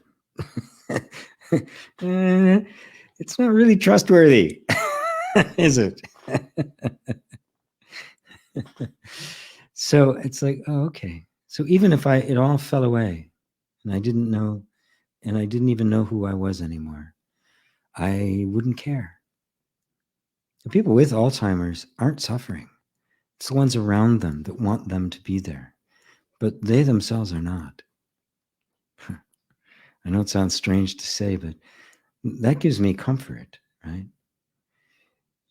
You know. Anyway, thank you. Thank you for that, Facebook user. J Deep, that was very, very helpful, GP, as always. Much love. Much love to you. Question from Susanna, the Creative Revolution. The more authentic I become, the harder it is to fake it in the world. The harder it is becoming to make money and survive, etc. Do I have to have two hats? Public persona and authentic self? At first, it can feel that way, because when the sense of identity, the sense of identity as an egoic self, right? It does congeal itself into a particular form. It happens to everybody, right? Matter of fact, if you look at the angst of teenagers, they don't really know it, but they're struggling to find a persona, a character, a sense of identity that will be functional in the world. They can make a living, they can know success, they can find a mate, all the things that matter to us. And it does through high school and college. It does eventually solidify into something. We usually call it getting your career, deciding what you're going to do, and things like that, which is really choosing who I'm going to be. And that choice kind of narrows things down, so it kind of makes life a little bit easier, because if this is who I am, then, I know who I'm going to have relationships with. I'm not going to kind of work I'm going to do, the kind of clothes I'm going to wear, the entertainment. All of a sudden, this infinite range of possibility gets reduced down to a manageable set.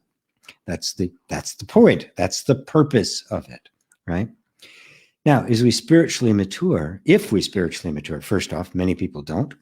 But if we spiritually mature, and you have, otherwise you wouldn't be here, that persona becomes uncomfortable, right? Now, this is what you're feeling, the discomfort with it. It's out of sync. The shoes don't fit, or there's a pebble in the shoe, and I can't get it out, right? And so it feels like I'm wearing two hats. It's okay. It's a transitionary period. What's happening is that fixed sense of identity that really holding on to something, is trying to solidify itself into a really solid position, is falling away, and you're becoming more fluid. And what's going to happen is this rigid persona is going to become looser and looser and looser until you simply start flowing from one form into another. Now, this is not like the chameleon manipulating circumstances. It's a very natural sensitivity that allows you to show up to every circumstance with such openness and such love, and with no agenda, that there's these infinite resources become available to bring the absolute best out of this moment. When those resources appear, it will take on the form of what looks like a person, an identity, and will be perceived that way. Right? But in fact, it isn't. It is a momentary appearing, a momentary condensation of this infinite potential of energy that you are, coming into a particular form that's absolutely right for the moment. It's like, the whole range of color of light, but in this moment, only these two in this particular balance are what this moment needs. And being somebody like you who's been on the stage, you know how significant the lighting is, right? A scene can be a comedy, a tragedy, or an ecstasy, just based on just slightly different lighting. That's it. The moment requests it. And And you, when you are no longer attached to a persona that's reacting to the environment, you flow with it. Now, at first, as we are really beginning to lose that fixed sense of identity, it's going to feel a little uncomfortable, a little weird even. Sometimes I remember vividly just one of those times where it was just kind of, it was a very sudden transformation. And it was all of a sudden I went to say something and I had nothing to say. Now, this is coming from saying it was always the life of the party, right? The center of attention on stage all the time. And all of a sudden I went, nothing came, just complete emptiness. And for the next couple of years, I was almost a wallflower. It was so uncomfortable, but it was necessary in my spiritual growth for me to come out of the persona I had become, because it had been successful. It got me what I needed and that sort of thing. But quite literally, it was keeping me from having access to way, way more. And the system itself just shut me down. And people would say, God, I had no idea you were so shy. And I'd be sitting somewhere, I'd say absolutely nothing. I'd have nothing to say. At first, it was really uncomfortable, and little by little, a whole new energy began to emerge. I didn't have to. I didn't have to take control of the moment. I didn't have to be the center anymore. It was such a huge relief. It was like, oh, wow. And suddenly different kinds of characteristics started to emerge for me. Different aspects of me that I'd forgotten I had came. And then little by little, about 4 or 5 years into this, about 2 years, it just kind of solidified. And I was very comfortable. Just whether I say anything or I say nothing didn't matter anymore. And then all of the other energy of wit, of being articulate with language and that sort of stuff did come back. But this time it was under control. This time it was serving rather than dominating. Very, very different. So it's not like anything gets lost in the process. It just gets put to serve the higher purpose.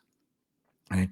It stops being about you and it becomes everything about us. Right? You now become a part of the we. You're an essential ingredient energetically in the whole energetic pie of every single moment that's happening.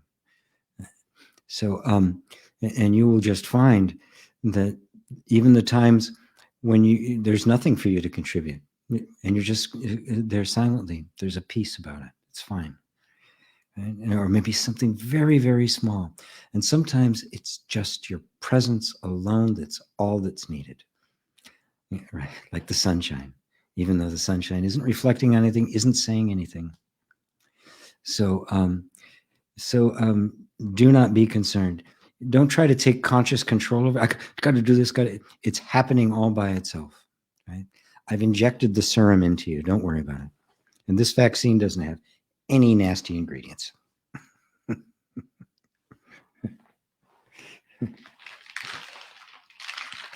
something to drink here. My lovely concoction.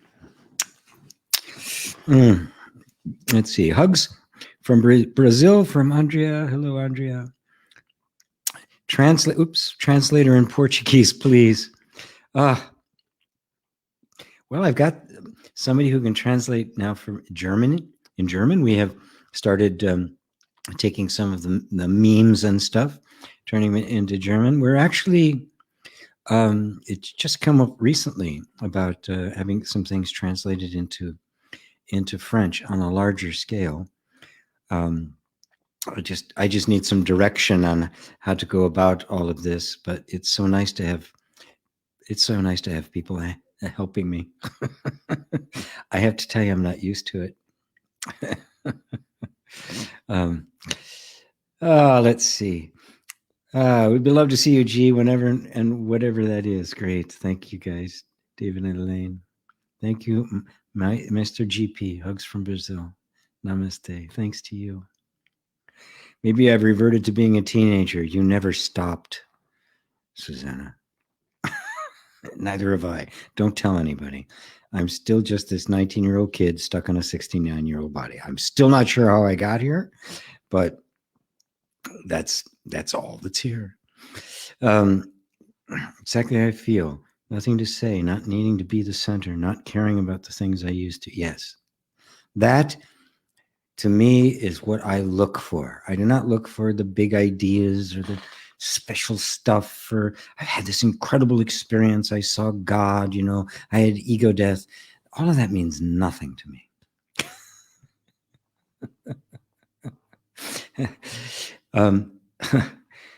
Nisargadatta made a beautiful comment talking about his enlightenment, and he was a fully enlightened master. He said, I have tasted all the yogic powers and I have washed myself clean of them. There is no, what was the word he used? There is no greatness in spiritual power. Wow. True master. So what I look for is just the subtle wisdom appearing. That sense of, it starts as discomfort because your clothes don't fit anymore, but a willingness to just keep going with it. Suddenly not needing to be the center of attention, not need to be heard, not to have an opinion, not to not have them, but to just the attitude towards them is just more subtle, more kind, more not as the enforcer is gone. There's more patience. There's more consideration. There's more nuance. There's just there these really qualities that are much more difficult to put into terms that I look for in the student as the sign that there's a real blossoming is taking place. The big experiences, I saw God or something like that, aren't always trustworthy. Because if something doesn't pierce deep into the character and that serum get injected into the entire system, it'll overwhelm that vision and can sometimes leave them worse than it found them, like kundalini awakening kind of things for somebody who's not prepared for it.